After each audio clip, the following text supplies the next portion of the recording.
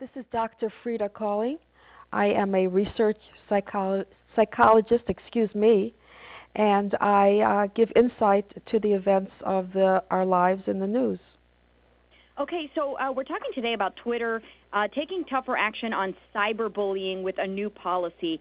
What's this about?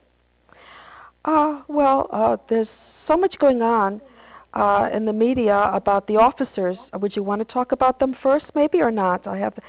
We just got the news that all. Yeah, we have that already on our air. This is going to be we're specifically going to be talking about the Twitter story. We're going to be doing a weekend piece on this. Okay, I was given the wrong information. Okay, okay. Yeah, Ryan told me we're talking about the other, or maybe I assumed so. So maybe it's me. Okay, no so you worries. can cut all of that off. So we're talking about what's going on with teens and Twitter and the social media. Right. And the Twitter cyberbullying issue?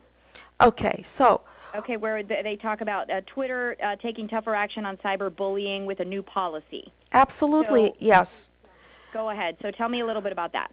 Well, the new policy is that Facebook and Google and hopefully other sites will follow are actually closing down people's sites, people's websites, or their social media connections if they are bullying.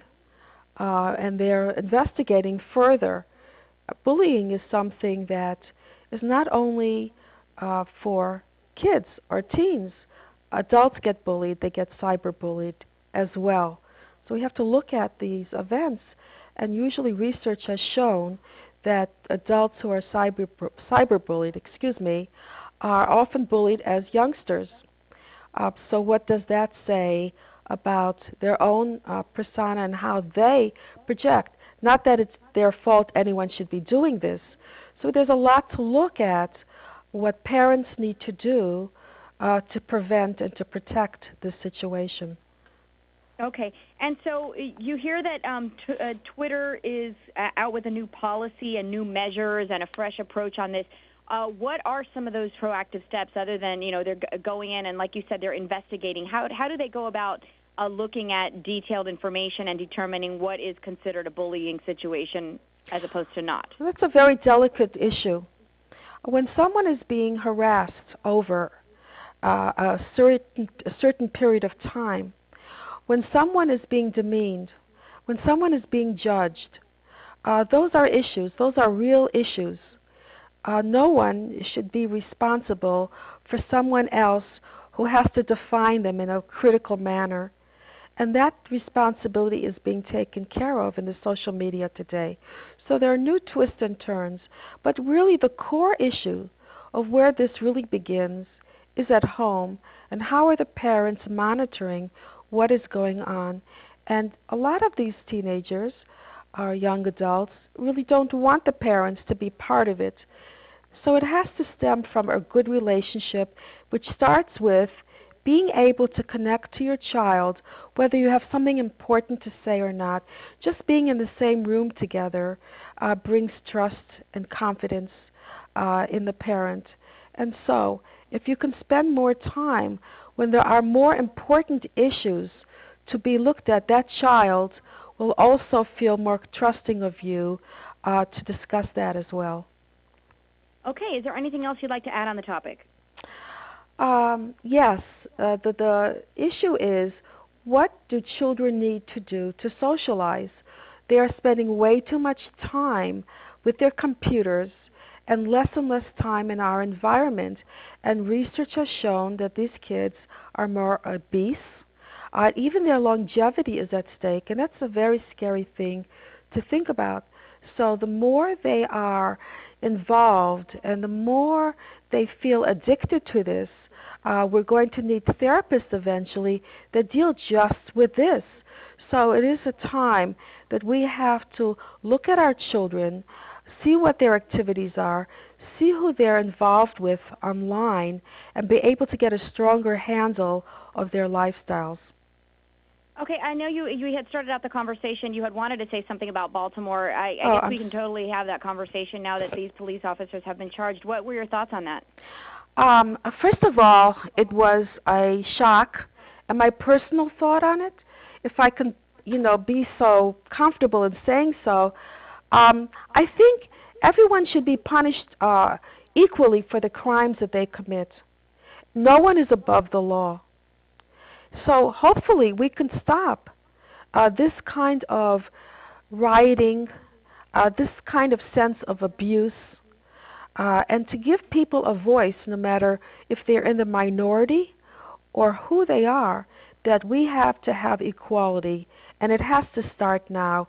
So there was a sense of release that finally everyone will feel justified. I don't like to hear that they were responsible. I want to trust our police officers, and as everyone knows, they don't represent the whole force, they don't represent everyone, but there is justice here. And I hope that this justice will serve a purpose for the future, the way the police officers are seen, that they are also responsible for their behavior. Okay, and let's talk a little bit about the unrest in Baltimore and the rioting and everything from a psychology perspective. This is a collective feeling in the city. What can you say about that? Again, as a psychologist, my perspective is that when there are broken homes, broken families, where is a child to go? No matter what you do with this child, he still goes back to this broken home. The education process, the job that they are given, sometimes not enough times, they still go back to role models. And it's not what you say, but what you do with your children. So if they can have more father figures, more men around, the community is isolated from male role models. That's what these youths need. They need to have a place to define themselves. Their families become group members, street gangs, and this is where they are oriented towards the future, which is a horrible thing for them. Then they are stuck. So we need more infrastructure changes, so there'll be more jobs, there'll be stronger role models. And what about these police officers? Shouldn't they do more to exchange positive reinforcement with these kids? Shouldn't they have some kind of community, a sense of gathering together and being a support system in some way, that these children look at these police officers as friends, not their enemies? Okay. Anything else you'd like to add on that topic? Well, there's so much more to say about this. I'm sorry about what's going on. This is a very revolutionary time for us. I think that the image of the black man needs to be looked at and needs to be changed so he has a chance. Because after all, if my husband were carrying a knife, because he does carry a knife in his pocket and he uses it for many different reasons, would he be handcuffed and thrown into a van? I don't think so, because he's white. I know this person had a history of all kinds of criminal behaviors, but still, you have to be able to justify your act. So yes, I believe that police officers need to be re-educated to shoot to stop, not to shoot to kill. I think that courses in ethics, if they fail, they should not be part of the system. And so there are many things to be able to dignify the black man in this country. We need to have more jobs, more education available, and we need to give them a voice, but not through rioting. And most of all, police officers are not bad people, and they're not the criminals, but they should be able to have an open court system so they don't have this private lack of transparency support for each other that other people don't know about. And most of all, it should be a people's court that people can come and express their concerns so that they don't have to go out in masses to do so. Thank you so much for your time. We appreciate it. My pleasure. Thank you. Bye-bye. Bye-bye.